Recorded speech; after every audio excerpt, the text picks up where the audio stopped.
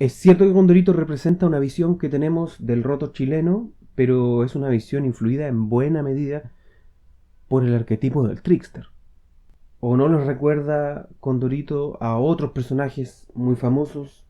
Tom Sawyer, el Lazarillo de Tormes, a Aladino, que ya mencionamos, Pedro Urdemales, Cantinflas. Por supuesto, esto no le resta ningún mérito a la obra de Pepo. No tenemos que pensar que una obra debe ser completamente original. La verdad es que todos los relatos tienen antecedentes en otros relatos. E incluso hay algunos autores que sostienen que la humanidad no hace sino contar una y otra vez las mismas historias con distintas variaciones.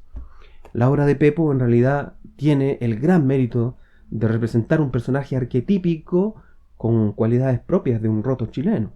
Sus ojotas, su ropa remendada, su afición por el fútbol, las apuestas, su temor al compromiso sentimental, etcétera, etcétera. Todo ello habla de una típica vida de pueblo pobre sudamericano. Soy Edgardo Cifuentes. De día, un inofensivo profesor y también padre de familia. Pero llegada la noche, me transformo en un abominable artista de historietas. Y este es mi canal de YouTube, Cuéntate una nueva, donde los invito a introducirse a curiosear más allá de las páginas de los libros, en una vieja costumbre vital para los seres humanos, contar historias.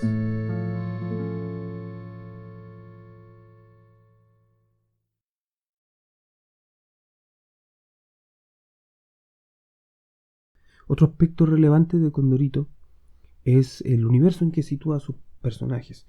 Al modo de otros autores del cómic, lo que decidió hacer Pepo fue crear una ciudad para su personaje. No desde el comienzo, en las primeras aventuras, las historias de Condorito se desarrollaban entre Santiago, ciudades que existen en Chile. Pero posteriormente apareció la ciudad de Pelotillehue.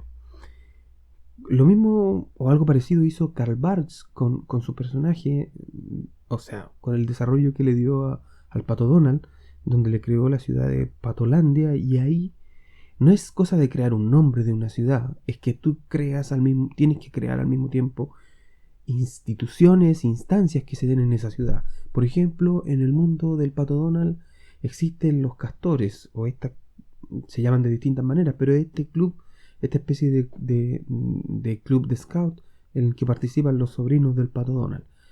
Eh, Existen personajes, existe el tío rico, existe el inventor, un profesor, etcétera.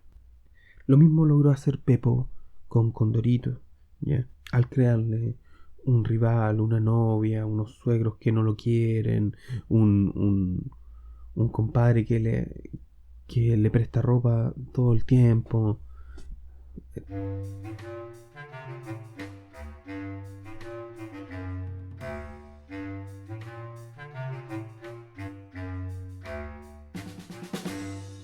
Pelotillegua es la ciudad ficticia en que vive Condorito. En la época clásica de la historieta parece un pueblo de la zona centro-sur de Chile. Hay numerosas edificaciones antiguas que parecen de adobe, se ven paisajes rurales, en algunas viñetas se puede ver la cordillera nevada de fondo y abundan los huasos. Los nombres de Pelotillehue y sus pueblos vecinos recuerdan a algunas localidades de la séptima región de Chile. Pelotillehue es parecido a Peyúgue, ubicado en la costa de la región del Maule. Buenas Peras suena como Hierbas Buenas, ubicada en el valle central de esta misma región. Incluso Cumpeo es el nombre verdadero de una localidad perteneciente a la comuna de Río Claro, ubicada un poco más al norte en esta misma región.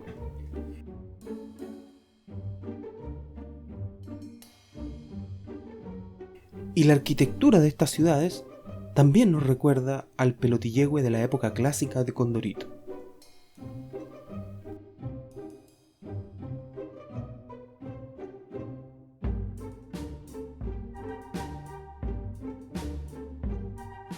El encanto de Pelotillehue radica en que cada función de la vida está cubierta por algún personaje. Ahí tiene su propio párroco, eh, el padre Venancio, tiene incluso un propio santo, Sanguchito, tiene su propio restaurante, el Pollo Farsante, tiene su propia farmacia, tiene su propio diario, el Hocicón, tiene su propio refresco, todo ello con con con eslóganes, con publicidad. O sea, Pepo se preocupó de crear cada detalle de la ciudad de Pelotillehue, lo cual es una gran labor para un creador de historietas. Dicen algunos autores que lo que ocurre en Pelotillehue es, es un conjunto de estereotipos sociales. Y uno puede pensar, Pepo con los estereotipos de nuevo. Puede pensar uno, aquí pillamos a Pepo en la maldad de los estereotipos. Pero la verdad es que en general el humor parece que no puede prescindir de estos estereotipos. Sí, los estereotipos, ¿qué son? Son generalizaciones que nosotros tenemos sobre las personas. Tenemos una persona de una cierta categoría o que que realiza cierta actividad y suponemos cosas de esa actividad en base a la experiencia con otras personas o en base a lo que nos han dicho. Entonces, la verdad es que el humor trabaja con eso, necesita eso. Quiero decir, hay un chiste. Un día hacía tanto frío que vi a un político metiendo las manos en sus propios bolsillos.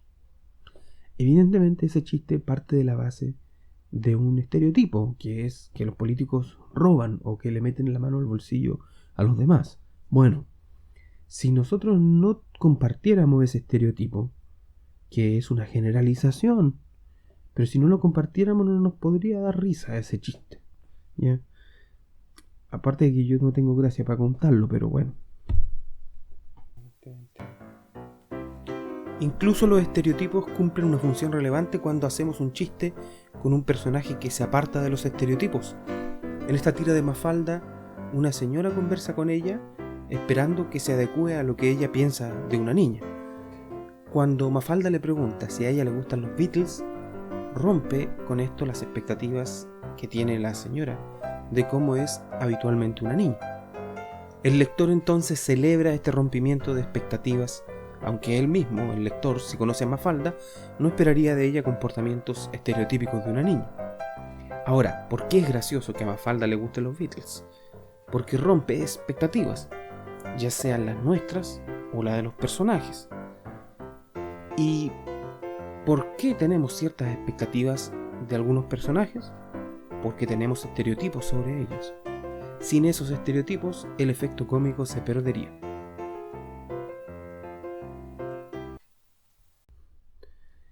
La existencia de muchos personajes en las historias tiene también otra ventaja y algo que hace de Condorito una historieta muy rica también.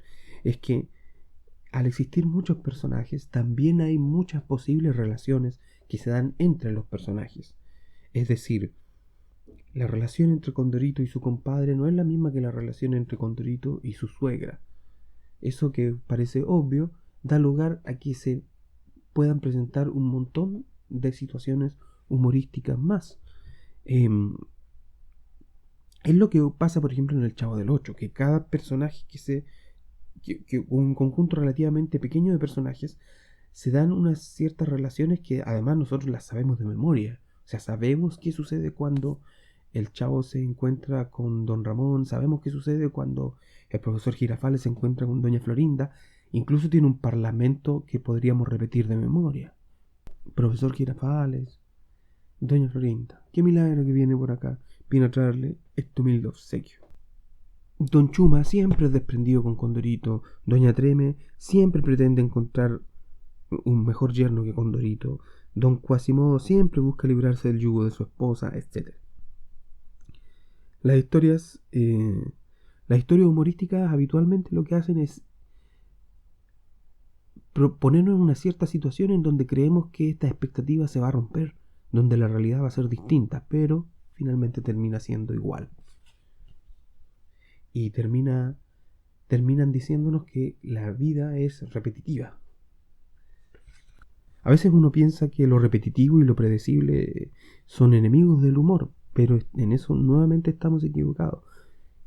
Son un aliado del humor. Lo repetitivo bien utilizado ayuda a producir el efecto humorístico.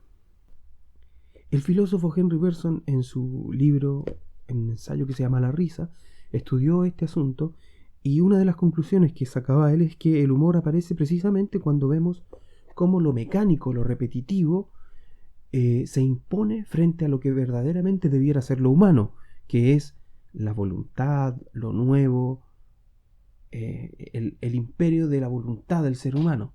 En realidad, dice Bergson, el humor aparece allí donde se ve el imperio, se ve que vence en el ser humano aquello que es mecánico, repetitivo, lo mismo de siempre. Y es precisamente eso lo que pasa en Condorito. Cuando nosotros pensamos que Condorito, y los personajes también, piensan que Condorito va a ser amable con su suegra, Condorito termina por decir una burrada que no es amable. Pero pareciera ser que iba a ser amable. Entonces, pareciera ser que va a romper la expectativa, pero en realidad finalmente no la rompe y todo sigue igual. Pareciera ser que Condorito por fin le va a pegar el palo al gato, pero en realidad no le pega el palo al gato, estaba en un error. Pareciera ser que Garganta de Lata va a dejar de beber, pero en realidad no dejó de beber, etcétera, etcétera. En la creación de un mundo ficticio, un mundo coherente, con personajes, con situaciones, con lugares, con marcas incluso, es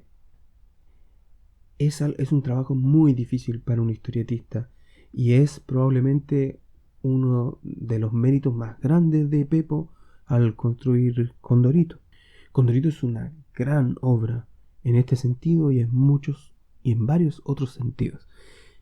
Es una obra que se puede disfrutar con la familia y además les recomiendo mucho que si pueden acceder a ella a través de sus primeras publicaciones, lo hagan. Se van a sorprender de muchas cosas que son distintas a cómo terminó siendo Condorito. Hay buenas ediciones en papel, o sea, en tapa dura, bonitas ediciones y no muy caras. Hay esta colección que son tomos temáticos de Condorito, y hay otras colecciones que reúnen Condorito por distintas épocas. Todas ellas son colecciones, son ediciones bonitas y además no muy caras, y ediciones de la época clásica de Condorito, que es lo que yo les recomendaría revisar.